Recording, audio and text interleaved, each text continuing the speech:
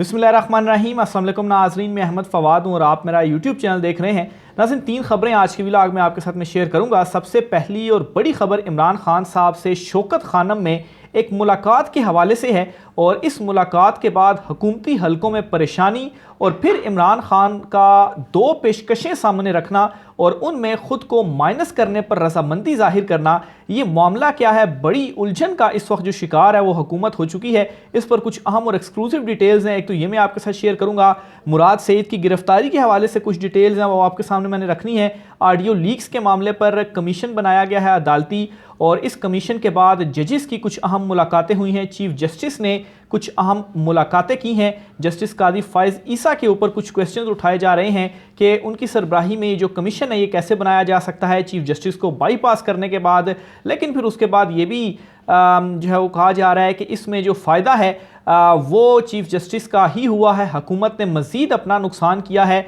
आलमी लेवल पर इस वक्त काफ़ी बड़ा ज़्यादा दबाव जो है वो फेस करना पड़ रहा है। इस पर भी कुछ अहम तफसीलात हैं, वो भी आज की व्लॉग में आपके सामने रखूँगा। आगाज़ नाज़रीन मैं करता हूँ कि जो एक कमीशन बनाया गया है, जो ऑडियो लीक्स हालिया दिनों में जो है वो सामने आई हैं, जिनमें जजिस की भी और पॉलिटिशियंस की भी जो ऑडियो लीक्स हैं, इन लीक्स की तहकीकात के लिए एक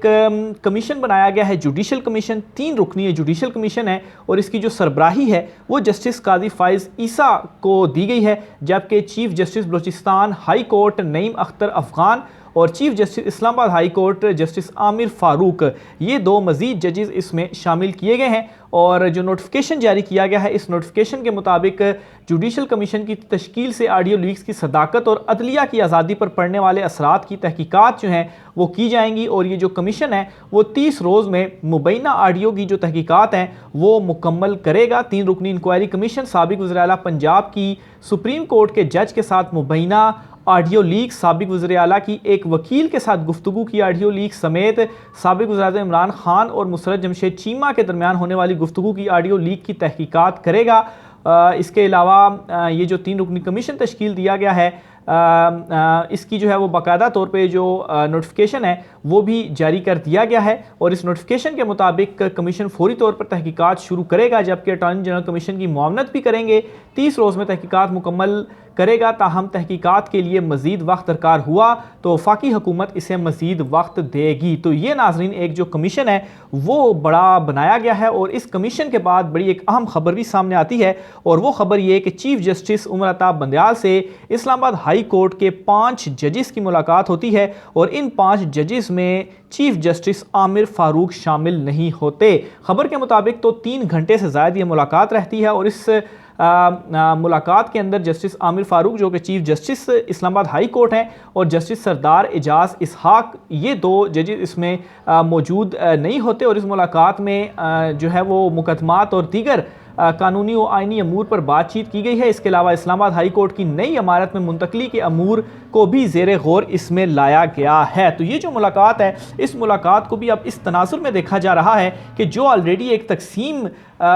सुप्रीम कोर्ट में सामने आई, जिसमें 7 और 8 जजेस की तकसीम है, और फिर उसके बाद इन जजेस की मुलाकात और chief justice Islamabad high court का शामिल ना होना, ये अब कुछ नई ही डायरेक्शन का पेश खैमा जो है वो लाता हुआ दिखाई दे रहा है। और जो ये अदलिया के अंदर तकसीम और इस हवाले से जो मामलात हैं वो अब मज़ीद तेज़ी से तूल पकड़ते जा रहे हैं, क्योंकि कुछ सवालात बहुत अहम इस वक्त उठ चुके हैं। एक तो ये कि अगर ये जो कमीशन है वो बनाया गया है हुकूमत की जानिब से, तो इसमें चीफ जस्टिस पाकिस्तान उमर अता बंदयाल को जो है वो उनसे क्या मुशावरत की गई या उनसे इसकी जो इजाज़त है वो ली गई। ज़ाहिर सी बात है वो एक हेड हैं, और उनके जो जज हैं, अगर उनके जजेस को इस तरह से कमीशन में शामिल किया गया है तो यकीनी तौर पर उनसे जो पूछा जाना था वो लाजमी होना चाहिए था, लेकिन उनकी जानिब से उनसे जो है वो इस तमाम तर मामले के ऊपर नहीं पूछा गया। तो अब इसमें यह भी हो सकता है कि अगर तो ये जो कमीशन है कोई इंक्वायरी रिपोर्ट वगैरह करे तो इसके ऊपर फिर चीफ जस्टिस एक लार्जर बेंच बनाने के बाद इस कमीशन को जो है वो देख भी सकते हैं और उस रिपोर्ट को भी मुस्तरद कर सकते हैं। तो बहरहाल इस तरह की जो चीज़ें हैं वो अब सामने आ गई हैं, और इससे हुकूमत की नीयत भी एक वाज़ेह हो जाती है किस तरह से उन्होंने चीज़ों को बाईपास करने के बाद ये जो कमीशन है वो बनाया है। दूसरी तरफ नाज़रीन, हुकूमत ने एक और बड़ी बेवकूफ़ी जो उनकी एक मुबैना तौर पर सामने आई है, एक ऑडियो लीक हुई है और इस ऑडियो लीक को हुकूमत की बेवकूफ़ी के साथ इस तरह से जोड़ा जा रहा है। बेसिकली ये जो ऑडियो लीक है ये इमरान खान की रुकन कांग्रेस के साथ जो गुफ्तगू थी, जूम मीटिंग के ऊपर वो गुफ्तगू कर रहे थे और इसमें इमरान खान साहब उन्हें जो है वो पाकिस्तान की मौजूदा सूरत हाल और इंसानी हकूक़ की जो पामालियाँ वगैरह हैं इस हवाले से आगाह कर रहे थे। लेकिन ये जो ऑडियो है ये लीक हो जाती है और इस ऑडियो लीक के बाद जो फ़ायदा है, यानी कि जो कुछ ये इमरान खान के ख़िलाफ़ करना चाहते हैं, सोचते हैं, तो वो उल्टा इन्हीं के ऊपर ही पड़ जाता है। क्योंकि ये जो ऑडियो लीक हुई है, इस ऑडियो लीक के बाद कोशिश तो ये की गई कि इमरान खान को बदनाम किया जाए, लेकिन उल्टा सवालात ये जो है वो उठ गए हैं कि आया ये जो ऑडियो लीक है ये किस तरीके से हुई है और बैरूनी लेवल पर जो एक प्रेशर है वो मज़ीद इस तरह से भी बढ़ गया है क्योंकि जो एक प्राइवेसी लॉ है उसकी जो खिलाफ वर्जियाँ हैं उसे इंटरनेशनल लेवल के ऊपर बहुत ज़्यादा संजीदा तरीके से देखा जाता है कि अगर उनकी जो ऑडियो लीक्स, अव्वल तो ये ऑडियो लीक्स नहीं होनी चाहिए और अगर ये ऑडियो लीक्स हो रही हैं तो फिर इसका मतलब ये है कि इमरान खान साहब जो कुछ एक मैसेज या जो एक कंडीशन इस वक्त बता भी रहे हैं बैरूनी मीडिया को या इंटरनेशनल लेवल के ऊपर ये मामला उठा रहे हैं, तो उस मामले में मज़ीद जो मजबूती है वो इससे पैदा हुई है कि देखें कि ये कांग्रेस की रुकन है, उनकी भी जो ऑडियो लीक है इमरान खान के साथ वो सामने आ जाती है। हालांकि इसमें इमरान खान साहब क्या कर रहे हैं, जस्ट वो अपनी मौजूदा सूरत हाल और जो कंडीशन है इंसानी हकूक़ के हवाले से इससे आगाह कर रहे हैं और इस सारे मामले के ऊपर बहुत ज़्यादा इस वक्त जो प्रेशर है वो ज़रा ये बताते हैं कि वज़ारत ख़ारजा के ऊपर आ चुका है कि आया ये जो ऑडियो है वो किस तरह से लीक हो गई है और ख़ास तौर पे जो अदालती कमीशन बनाया गया है, अब इस कमीशन के पास भी चूँकि अब अदालती कमीशन तो बन गया है, लेकिन ये कमीशन अब किस तरह से मामलात को हैंडल करता है ये बहुत ज़्यादा इम्पॉर्टेंट होगा क्योंकि इस कमीशन में बज़ाहिर तो जो सारी तहकीकात ऑडियोज़ का कहा गया उसमें चीफ़ जस्टिस और परवेज़ लाई साहब की और अदालती फ़ैसलों से रिलेटेड जो ऑडियोज़ थी उनकी तहकीकात थी, लेकिन इससे पहले जो तहकीकात होनी है वो ये भी तहकीकात होनी है कि आया ये जो ऑडियोज़ हैं ये किसने रिकॉर्ड की और ये ऑडियोज़ लीक किस तरह से हुई। ऑडियो लीक होने के बाद जो गुफ्तगू हुई वो मामला तो बाद में आना है, पहले तो मामला ये आना है कि ऑडियो किसने रिकॉर्ड की है और फिर उसके बाद ये ऑडियो लीक किस तरह से हुई हैं। तो ये वो पॉइंट है जिस पॉइंट के ऊपर मैं कह रहा था कि ये इन्होंने चीफ जस्टिस को बाईपास तो किया, लेकिन उसके बावजूद ये उनके हक में मामला इस तरह से गया कि अगर जस्टिस काजी फायद ईसा और जो दीगर दो जजेस हैं इसमें जो इंक्वायरी होती है तो जाहिर सी बात है अब ये जो एक इख्तियार है ये किसके पास है या कौन इतना ताकतवर है कि जो ये ऑडियोज़ रिकॉर्ड भी कर सकता है और फिर उसके बाद लीक भी कर सकता है। तो ये बहुत ज़्यादा इसमें जो इम्पोर्टेंट पॉइंट है और इसी मामले के ऊपर भी अगर इस चीज़ को ये जो अदालती ये जो कमीशन बनाया गया है 3 रुकनी, अगर इस चीज़ को छोड़कर और आगे का जो स्टेप है वो लेता है, यानी कि जिनकी ऑडियो लीक्स हुई हैं उनके ऊपर कोई तहकीकात शुरू कर देता है, तो फिर एक और बड़ा क्वेश्चन मार्क उठ जाएगा और इस मामले के ऊपर फिर चीफ जस्टिस हो सकता है कि कोई एक लार्जर बेंच तश्कील दे दें कि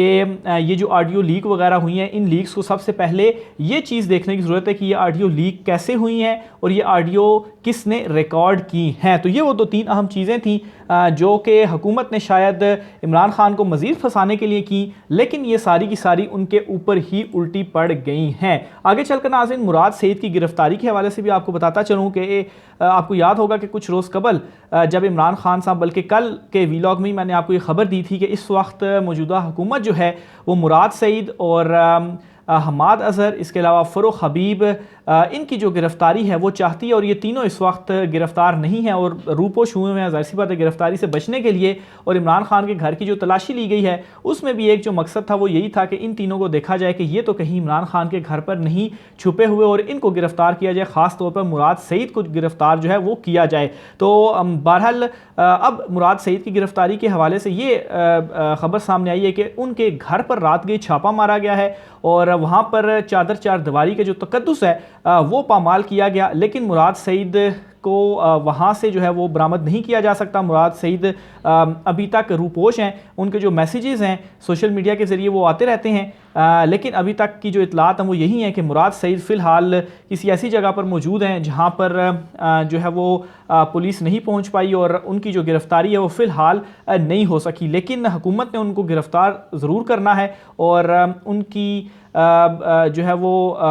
गिरफ़्तार करने के लिए जो कोशिशें हैं वो इस वक्त तेज़ भी हो चुकी हैं। दूसरी तरफ नाज़रीन, इमरान खान साहब ने बड़ी एक अहम प्रेस कॉन्फ्रेंस, एक अहम खिताब किया है और उस खिताब में इमरान खान साहब की जानिब से दो बड़े अहम ऑप्शंस रख दिए गए हैं अगेन इस हुकूमत के लिए। और इमरान खान साहब ने कहा है कि अगर आप मुझे माइनस करना चाहते हैं या जो -1 फार्मूले के ऊपर काम किया जा रहा है जो कि बुरी तरीके से नाकाम हुआ है, तो इमरान खान साहब ने कह दिया कि ठीक है, मैं माइनस भी होने को तैयार हूं, लेकिन आप मुझे बताएं कि मेरे माइनस होने के बाद इस वक्त आपके पास प्लान क्या है। जिस तरह से आपको याद होगा कि एक माशी प्लान इमरान खान साहब ने एक जलसे में दिया था और हुकूमत को चैलेंज किया था कि आप इलेक्शन नहीं करवाते, तो आपके पास इस वक्त जो है वो माशी प्लान क्या है। इसहाक डार बैठे हुए हैं लेकिन कोई माशी प्लान नहीं है, मेरा ये प्लान है जो कि मैं आपके सामने रखता हूं। तो इसी तरह से इमरान खान साहब ने इस मामले के ऊपर भी एक और मरतबा फ्रंट फुट के ऊपर खेलते हुए, अलबत्ता इमरान खान साहब को माइनस नहीं किया जा सकता, पीटीआई और इमरान खान और पीटीआई इसके अलावा जो है वो पाकिस्तान तहरीक इंसाफ में कोई हो ना हो इससे कुछ फ़र्क नहीं पड़ता। लेकिन इमरान खान साहब ने यह भी कह दिया कि ठीक है, मैं माइनस होने को तैयार हूं, लेकिन आपके पास प्लान क्या है, आपके पास कोई भी प्लान नहीं है। और साथ ही साथ इमरान खान साहब ने यहां तक भी पेशकश सामने रख दी है कि अक्टूबर में इलेक्शन करवाना चाहते हैं तो ठीक है, अक्टूबर में इलेक्शन करवा दें, 2 माह पहले इलेक्शन हो या अक्टूबर में इलेक्शन हो, इससे फ़र्क नहीं पड़ना। 2 महीनों के अंदर मौजूदा हुकूमत ने ऐसा क्या कर लेना है कि वो इलेक्शन में आएंगे और वो जीत जाएंगे। 2 माह पहले उन्होंने यही करना है कि जो पाकिस्तान तहरीक इंसाफ के ऊपर इस वक्त क्रैकडाउन है, पाकिस्तान तहरीक इंसाफ को तोड़ने की कोशिश जो है वो जारी है। आए दिन कोई ना कोई रहनुमा पाकिस्तान तहरीक इंसाफ को छोड़ जाता है, लेकिन उसके बावजूद भी इमरान खान साहब को इस वक्त ये नहीं तोड़ पा रहे। और पाकिस्तान तहरीक इंसाफ जितना वक्त ज़्यादा गुजरता जा रहा है उसके साथ साथ ही पाकिस्तान तहरीक इंसाफ जो है वो मज़ीद मजबूत होती जा रही है। 2 और अहम खबरें हैं। एक तो जो 72 MNAs पाकिस्तान तहरीक इंसाफ के जो इस्तीफ़े थे, जिनका नोटिफिकेशन का अदम करार दिया गया था लाहौर हाई कोर्ट की जानिब से, तो इनके हवाले से भी खबर ये सामने आई कि हुकूमत इस फैसले को भी नहीं मान रही। ऑलरेडी अदालती फैसलों की धज्जियाँ उड़ाई जा रही हैं और हुकूमती हलकों से ये कहा जा रहा है कि स्पीकर को इस तरह का जो ऑर्डर है वो नहीं दिया जा सकता। और ख़बर ये भी है कि अगर पाकिस्तान तहरीक इंसाफ के जो MNAs हैं वो असेंबली में आएंगे कि उनके इस्तीफ़े वापस लिए जाएं, तो बाहर से ही उनको गिरफ़्तार करने का प्लान है, क्योंकि वैसे ही पाकिस्तान तहरीक इंसाफ के जितने भी तमाम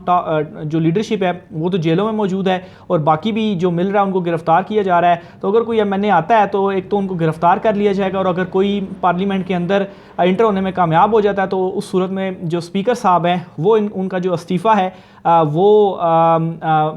ऐसा नहीं होगा कि उनका इस्तीफ़ा वापस ले लेंगे। तो बहरहाल एक और लेवल के ऊपर इनके खिलाफ जो तौहीन अदालत है वो भी फिर ज़ाहिर सी बात है अदालत आगे जाकर शुरू करती है या नहीं करती, लेकिन ये जो प्लान है वो इस हवाले से हुकूमती हलकों में से सामने आ रहा है कि कोई इस्तीफ़े वगैरह इन्होंने और ज़ाहिर सी बात है राजा जो हैं राजा रियाज वो इनको सूट करते हैं, फ्रेंडली अपोजिशन है, बल्कि अपोजिशन क्या वो तो हुकूमत का ही हिस्सा है। बहरहाल उनके गिले शिकवे हैं कि उनको पेशानते जो हैं वो अब हुकूमत वाले नहीं हैं, लेकिन उसके बावजूद भी ये अब हुकूमती हल्के कह रहे हैं कि अदालती फ़ैसला वो एक तो अब